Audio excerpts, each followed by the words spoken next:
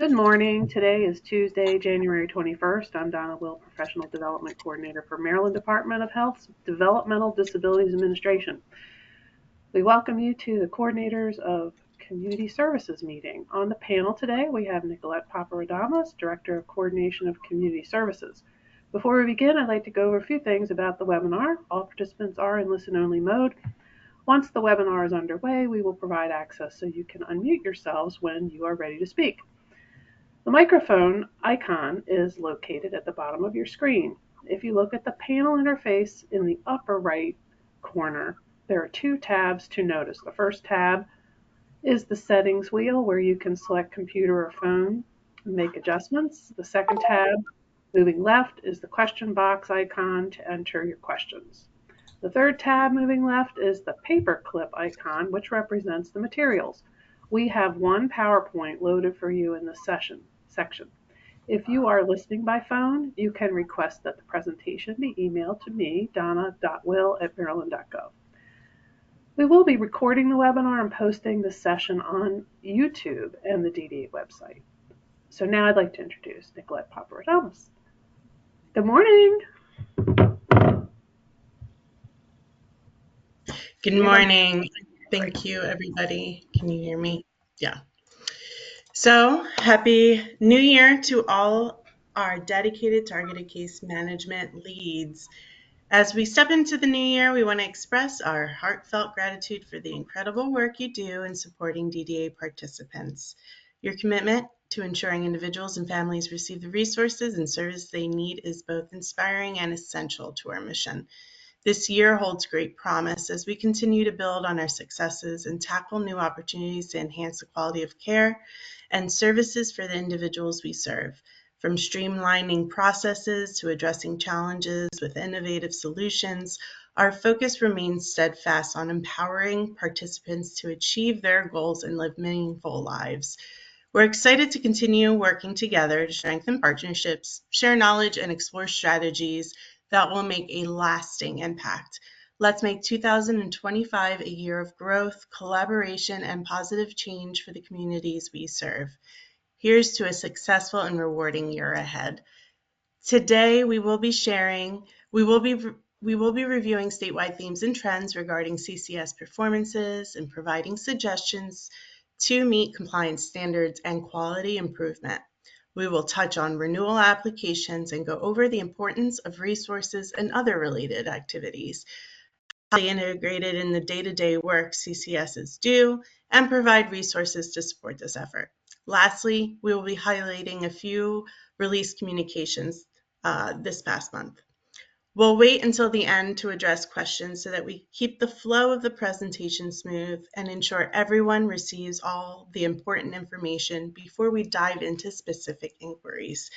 This approach will help us stay on track and allows for more focused responses and thoughtful answers once all of the content has been shared.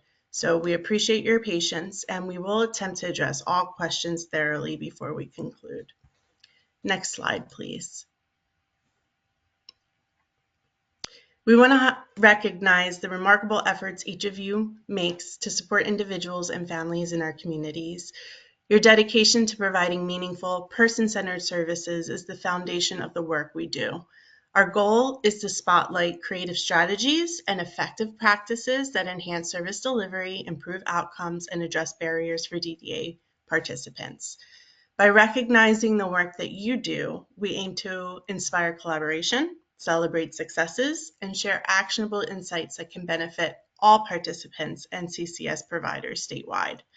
By highlighting your creative achievements, it will foster a culture of continuous improvement and excellence, encouraging CCS providers to adopt innovative solutions and best practices to support individuals and families more effectively. Each meeting, we will feature an agency to present their story, including successes, challenges, and lessons learned. These presentations will include a question and answer session and discussions on how similar initiatives can be adapted or implemented across other regions. As we move forward, we ask for your recommendations on agencies to spotlight in future sessions. Please send your suggestions to me and highlight agencies that have demonstrated exceptional innovation, collaboration, or impact in their work with DDA participants. Thank you for your commitment to recognizing and learning from one another's outstanding efforts. Next slide, please. Now we'll be discussing statewide themes and trends. If we could go to the next slide, we will begin with Amma, who will begin speaking on comprehensive assessments, themes, and trends.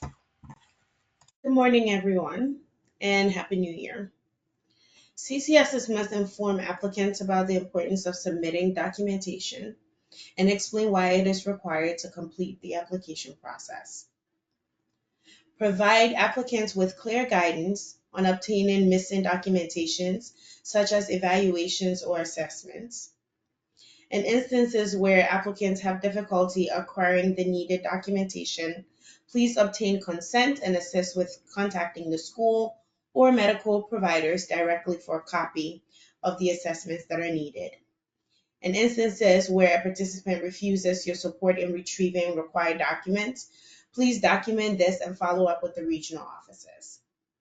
Next slide, please. Here's some information about the initial level of care form. We have seen level of care submissions with various effective dates, including some dated after the ODF, which is the overall decision form. To ensure compliance with the federal waiver assurance and consistency across all CCSs, CCSs should complete the initial level of care form when they meet the family to complete the Medicaid waiver application as part of the concurrent application process. The level of care effective date will then match the Medicaid waiver application signature date. Please make sure that all forms are signed and dated. Next slide, please. And I'll turn this over to Marissa to provide more information. With the annual level of care, there have been instances where the level of care form is completed but not submitted. It is important to remember that timely submission of the LOC is essential for ensuring participants receive uninterrupted support.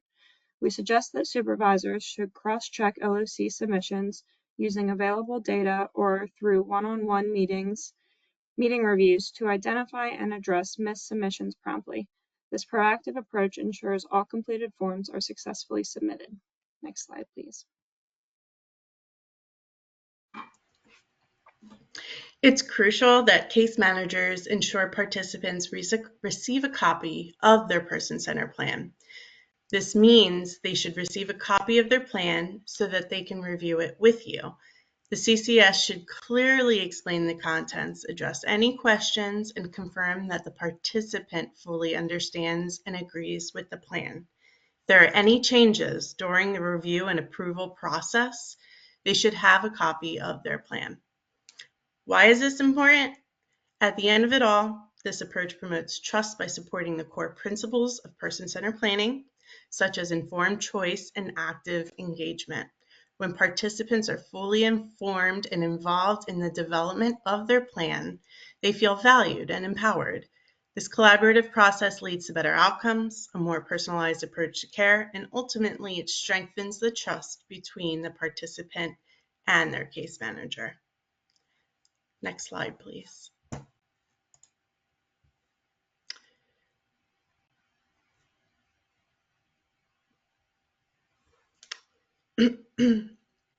Requested services must comply with the federal authority and include supporting documentation. You want to reference the resources and stress the importance of using the guidelines for service authorization and provider billing documentation as a tool to explain service requirements to the participant. Service requirements ensure equitable and fair services to all participants as they are designed to align with a participant's needs and goals, which ultimately improve overall outcomes. You want to approach these conversations with empathy. You want to ensure that the individual feels heard and supported. Suggest and offer assistance with identifying other resources that may support the needs of the person. You want to document all recommended resources, discussions, and decisions with the participant in LTSS Maryland. Then after, notify the regional office of the situation and submit the plan promptly. Even if it lacks the required documentation, do not leave the plan in clarification. After 3 clarifications, please remember that the person-centered plan will be denied. We have to ensure proactive efforts to address missing elements early to avoid reaching this limit. And we would have to explain, the CCSs would have to explain that they have the right to appeal PCP decisions, and please ensure that they receive a copy of their PCP denial letter and review that PCP denial letter with them as needed. But please be reminded, as stated at our previous meetings, that the PCP denial letters are located in the client attachments section of the participant's LTSS Maryland profile. Why is this important? Well, this fosters an environment where participants and their teams can easily understand their options, their rights, and the services available in an equitable and fair manner. Next slide, please. The Developmental Disabilities Administration will begin directing families and participants to their coordinators of community services for assistance with any person-centered plan approval and denial letter inquiries. This approach reinforces the CCS's role as the primary point of contact and support for participants navigating DDA services. We want to ensure that CCSs are equipped to provide explanations of DDA decisions, as mentioned in the previous slide, and offer guidance on next steps, including the appeals and alternative resources. We want to route these inquiries through CCSs to minimize confusion by centralizing information dissemination, ensuring families receive accurate and consistent messaging. CCSs are familiar with these individual cases, making them the most effective advocates to address concerns and identify solutions specific to each participant. And referring these inquiries to CCSs allow DDA staff to focus on policy enforcement and program management while maintaining quality service delivery through CCS agencies. By leveraging the CCS's expertise, DDA aims to enhance the participant experience, promote clarity, and ensure families and participants receive timely and comprehensive support. It's empowering the CCS as a key resource. It positions the CCS as the go-to professional for understanding DDA decisions, explaining processes, and providing guidance on appeals or alternative solutions. Next slide, please. Monitoring and follow-up. They're vital tools for coordinators of community services to advocate for clients, help them achieve their goals, and ensure accountability. These activities drive essential tasks like assessing needs, developing person-centered plans, and coordinating resources, including support with the Medicaid waiver eligibility. Reviewing required monitoring frequencies as proactive steps allow CCSs to anticipate challenges and implement solutions before issues escalate. While we understand that competing priorities can arise, such as the need for a revised person's plan or addressing self-directed service barriers, or managing year-end tasks like transitioning youth session, it's essential that monitoring and follow-up tasks are still completed as required to ensure continued compliance and service quality. Some tools and tips. In our previous meetings, we discussed the importance of scheduling visits in advance. This proactive approach facilitates the completion of monitoring and follow-up visits amid competing priorities. It aligns with the time blocking method by allocating specific periods for each task, ensuring that critical activities receive the necessary attention. Implementing time blocking involves dedicating set blocks of time to specific tasks or activities throughout the day. By planning ahead, you can structure your days to focus on one task at a time, even amidst competing priorities and emergency situations, as you can allocate flexible time blocks. Delegate and empower your teams. Why? To distribute tasks based on team members' strengths and expertise. It gives them the authority to make decisions where appropriate. We're reducing the workload on leadership and ensuring that tasks are handled by the most qualified individuals. We want to build a collaborative team culture, foster a sense of teamwork and collaboration, emphasizing that asking for help is a natural part of the process, not a sign of weakness. It's a collaborative team dynamic, ensuring that tasks are managed collectively, reducing the burden on any one individual.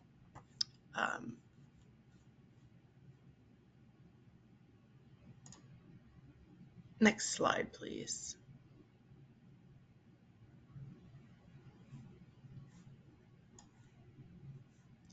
We've noticed that sometimes CCS teams overlook hitting the submit button when completing forms. Under 10948, COMAR 10948, supervisors have specific responsibilities to ensure the quality and compliance of case managers' work. To maintain compliance, supervisors should regularly monitor submissions to confirm that all forms are completed accurately and submitted on time. This proactive approach helps ensure that CCS teams meet all regulatory service requirements. To effectively ensure timely form submission and ongoing compliance, it's essential for supervisors to monitor the process closely and address any issues as they arise. So here are some strategies to support that goal. Supervisors should regularly review LTSS Maryland data reports to track form submission status and identify any missing or overdue submissions. They should also check forms for completeness and accuracy before submission to ensure compliance with regulatory standards of the service. Supervisors can monitor submission trends and address any recurring issues in one-on-one meetings with CCSs. By discussing submission status, addressing oversights, challenges, and trends during these one-on-one meetings, they have the opportunity to offer support and guidance. Supervisors should immediately address missed submissions with coaching and corrective action to prevent future oversights. This will also help identify and promptly address any potential barriers to timely submissions, such as technical issues. Why is this important? Because it promotes accountability and it helps resolve issues promptly, ensuring that all forms are submitted on schedule and of quality. Please, the next slide. Now we're going to go over some policy and program updates. And next up, we have Nova to discuss on our targeted case management application renewals. Hi, good morning, everyone. Apologies, I'm not on camera. My camera's not working today. But I did want to touch base on application renewals for certification. So DDA would like to remind agencies of the upcoming targeted case management recertification renewal process. To support you during this process, the regional offices have already sent out reminder emails with clear instructions, deadlines, and renewal checklist. If you haven't gotten a letter yet, you should have already got one, but you should be getting one for sure. And if you don't see anything, you can reach out to your regional office provider services folks to make sure that comes to you. To provide additional support, the checklist will include direct links to resources and required forms, applicable regulations to ensure compliance, disclaimers from local health departments to clarify where certain information may not apply, specifically our local health departments. These resources aim to streamline the renewal process and ensure all agencies meet the required deadlines effectively. So please review the provided materials thoroughly and reach out to your regional office with any questions. And just as a reminder, in compliance with COMAR 10-2202, applications must be sent to the regional office 60 days prior to the certification expiration date. So make sure that you're sending them in 60 days prior. And next slide, please. Can we do one more slide forward? Thank you.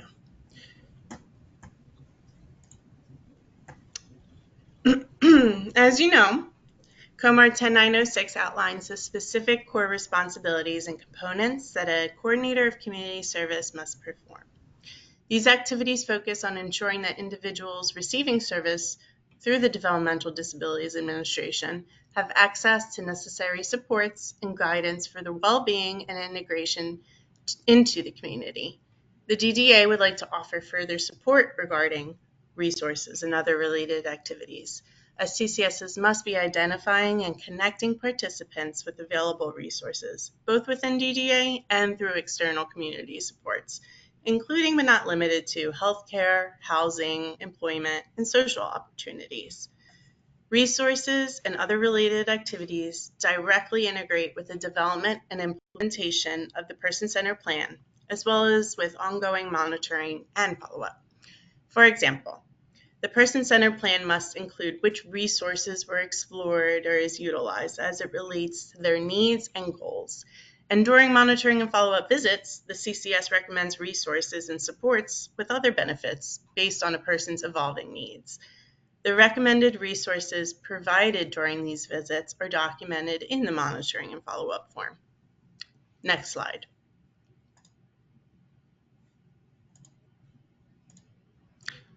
We had provided a general overview of the MyMD Benefits Screener at our last meeting, but we want to emphasize how the MD Think Benefits Screener is an invaluable tool for CCSs, particularly when supporting individuals on the DDA waiting list during ongoing monitoring and follow-up.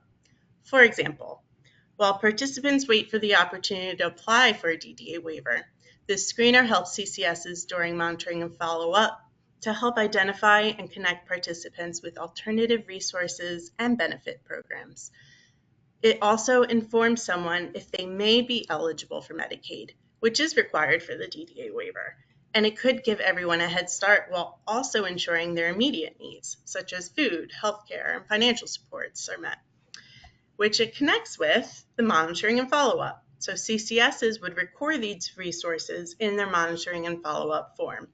During routine monitoring and follow-up, the screener allows CCSs to continuously assess and address participants' evolving needs.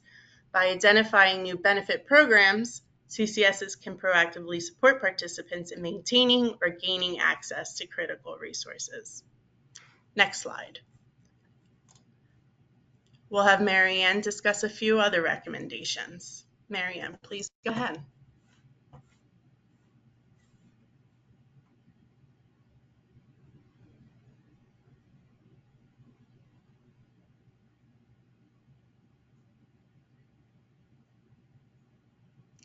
Mary Ann, are you with us?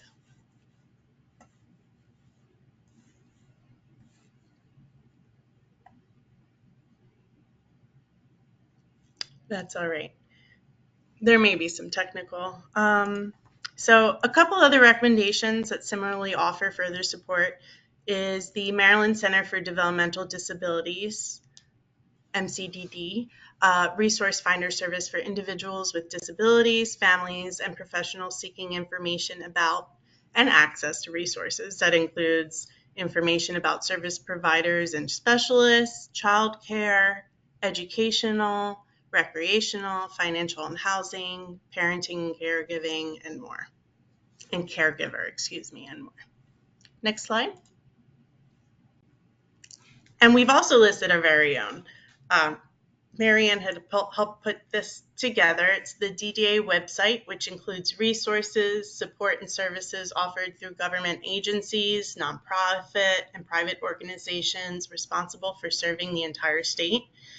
They are organized according to the Charting the Life course life domains, which, fun fact, perfectly aligns with the focus area of exploration section of someone's person-centered plan. The tools not only aids in bridging gaps in services, but also reinforces the CCS's role in advocating for and ensuring comprehensive support, even under challenging circumstances like a waiting period. By leveraging the resource finders, CCSs can provide meaningful assistance that aligns with the principles of person-centered care. Next slide, please.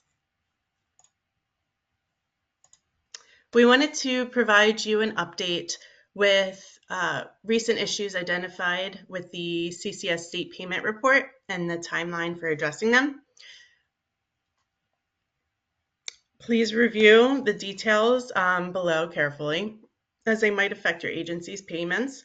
So the inability to run the report was one of the identified issues, where some users have been unable to generate the CCS state payment report due to a blank dropdown for the provider name field. This issue has restricted access for essential reporting functions for affected users. So that has since been corrected. And we wanted to let you know that our technology vendor is actively working on fixing these issues. But access to these reports were restored and updated. The state payment activities will appear on the January 2025 invoice, which will be generated February 1st. And once the reports are restored, which they have been, all of the affected claims will be reconciled. The reconciliation results will be sent to every agency. If the reconciliation results in funds owed to the agency, a payment will be made immediately. If the reconciliation results in overpayment, an invoice along with the payment details will be submitted to the agency. So again, thank you for your patience and cooperation as we work through these issues to ensure accuracy. We'll provide further updates as new information becomes available or if timelines are adjusted. Any questions related to this LTSS Maryland defect, please contact your regional office LTSS Maryland liaison or please connect with Denise Robinson or your regional fiscal team for other immediate questions. Next slide, please. Another communication reminder with permission from the participant. Liberty will begin to share the results of the participants' personal outcome measures with their CCS. These summaries will be helpful during the person-centered planning process and monitoring and follow-up of service delivery and satisfaction. The summary may be used to develop goals and steps to achieve the outcomes identified in the person-centered plan. Next slide, please. A general reminder to sign up for our communications. If you have signed up and you're finding that you're not receiving the DDA connection, feel free to email Donna Will to provide you with technical assistance and ensure that you include the email address that you signed up with. Next slide. And again, we want to hear from you. Please share any agenda topics or questions you'd like addressed so we can ensure this meeting is as collaborative, effective, and valuable to you as possible. So you could send them to me directly. Next slide. We'll have Marissa, our CCS lead in the Western Maryland Regional Office, helping us with questions today. So Marissa, if you will, in the order in which received, please go ahead. Sure. The first couple questions were just pointing out that the PowerPoint uploaded into the materials is from the previous meeting. So we'll have to get people the correct PowerPoint. I can upload that now. Give me a few seconds. Let me find the first question that is not about that. Do you want CCS agencies to recommend direct support providers or something we are doing that you'd like us to share?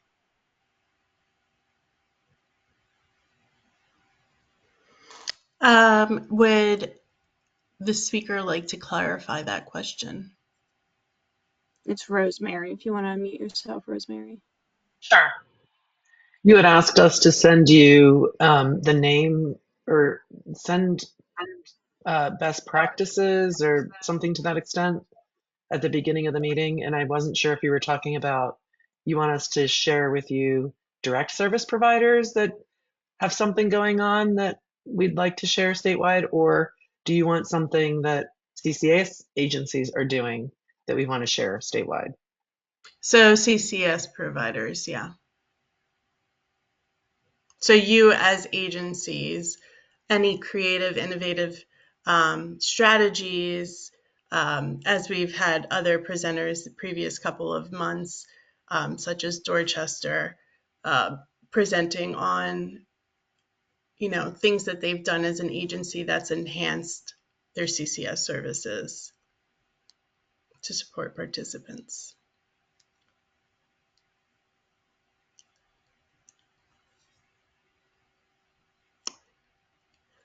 And you could just send those recommendations over to me via email.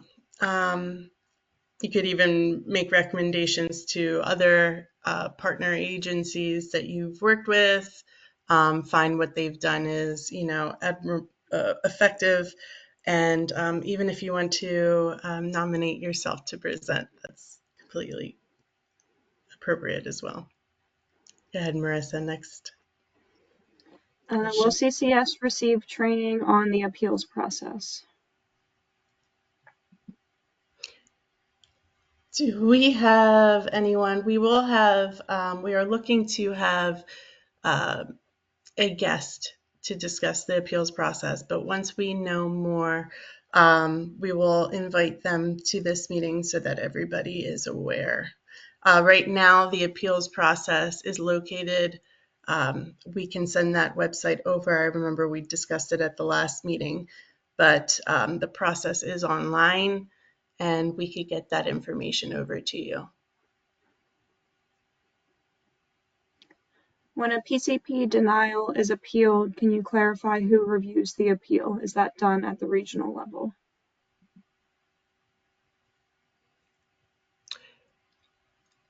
Who reviews the appeal? Yes, I think that's what the question was. Like if someone goes to appeal their PCP, who's doing it? We'll have to get back to you on that question. It would not be the regional office. Nicolette, would you like me to answer that? This is Kathy Marshall. Thank you. Yes, Kathy. If you appeal a PCP, that is an appeal that goes to the Office of Administrative Hearings, and that it is heard by an administrative law judge. If you would like to discuss the denied plan with the regional office, a case resolution conference can be scheduled, and that's also in your paperwork. So the person would have to appeal both. The point of a case resolution conference is to have both parties come to the table with an arbitrator to see if an agreement can be made. That is not a requirement, but people can do that. Otherwise, the appeal goes to the Office of Administrative Hearings, and right now they're about 8 weeks out. So if you file your appeal today, it probably is not going to be scheduled for 6 to 8 weeks. And we do not get the information. That all goes to the Office of Administrative Hearings, and we get a hearing date when the individual gets a hearing date. I hope that answered your question.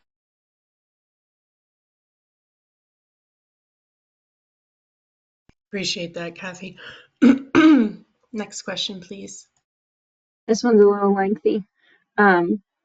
As a part of empowering CCS to provide guidance on PCP appeals, please review the documents that are attached to the PCP in reference to denials and appeal process. Some of the forms do not apply to PCPs, but are for DDA eligibility appeals instead. Can you please clarify this?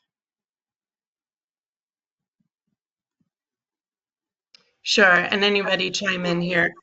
The correct appeals letter for the PCP as stated would be under the client attachments.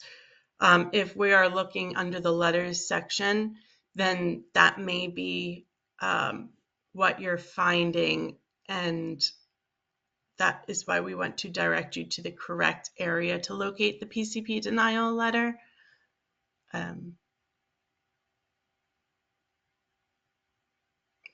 So if you're finding that you received an appeal process, please work with the regional office and they'll help locate the correct form for you if it isn't there.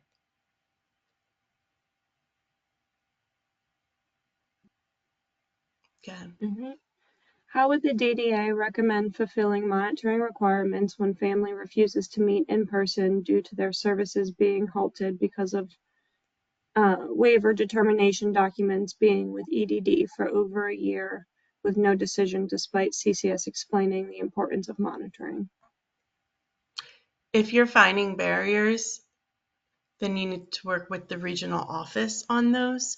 They could be individually specific, but generally, if you are finding refusals, you have to work with the regional office. And, if you've done everything like explaining to the participant, the importance of monitoring in person a service, then please work with the regional office for next steps.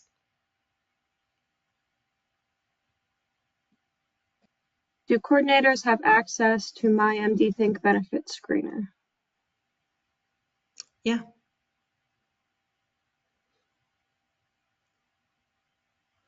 It's open to the public. And you'll see once you start playing with it, there is a way to enter information, and you could do this alongside the participant and complete it with them. Is it possible to update LTSS reports to incorporate dates when EDD uploads letters? This would help CCSs to track when redetermination letters are uploaded. LTSS is not generating alerts for this. I think that's a suggestion. Amma, is there anything you would like to add to that? I would like to note that it's our understanding that CCSs are supposed to be getting alerts. If you're not seeing that, please submit a help desk ticket and we'll take it from there.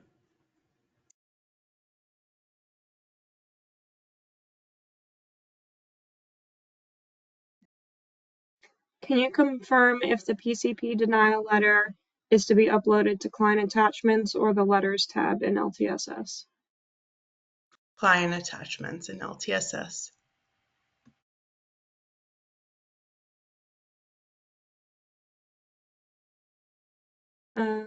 Regarding the renewal, it is due 1/31/2025, and we have not received the checklist and other documents as you presented. We are working from information from the DDA website. We have a few questions, and the individual that we did connect with has been out of the office. How should we proceed? Please email me.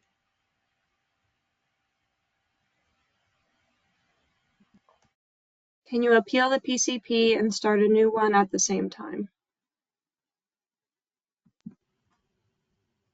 Yes. This is Kathy. Yes.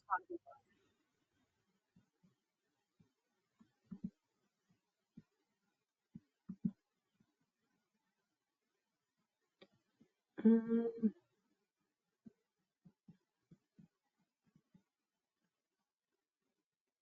I think Rosemary has not necessarily questions, but some comments about the difference between the denial letters and the EDD letters we might have to touch base about offline. Yeah, if you're finding that they're not under client attachments, Rosemary, feel free to email your CCS lead and Onesta. They'll help support that. And just to point out, Anne commented that the assigned client report in LTSS includes the date that a letter was uploaded from EDD, to answer that previous question. Do you have any data on trends for a number of PCP denials across the state?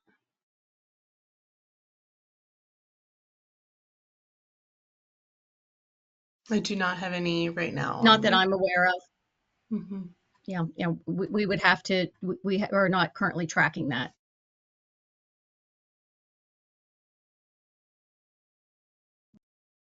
That's the last question at the moment, unless any other ones come in.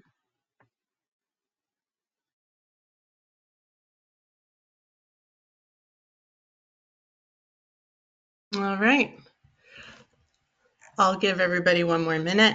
But thank you, everybody. Again, please send your recommendations, your topics over. We want to make this meeting effective for you. If there's anything that you would like to hear more about, need clarity on, please feel free to send those our way. We are using data and from our meetings and regional office, things that are talked about and suggested and that have proven effective. And we want to present those here to support everybody. So please continue the good work that you're doing. Thank you for the suggestion, Jennifer.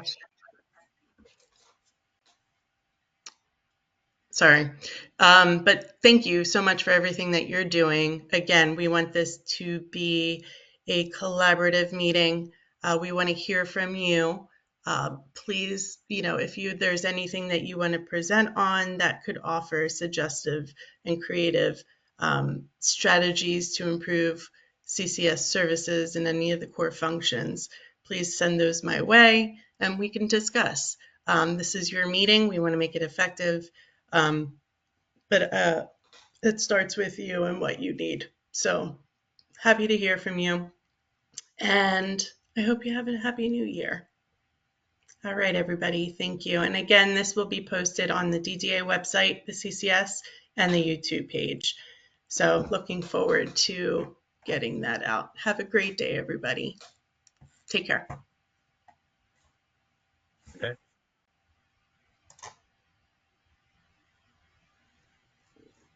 Thank you. Bye-bye.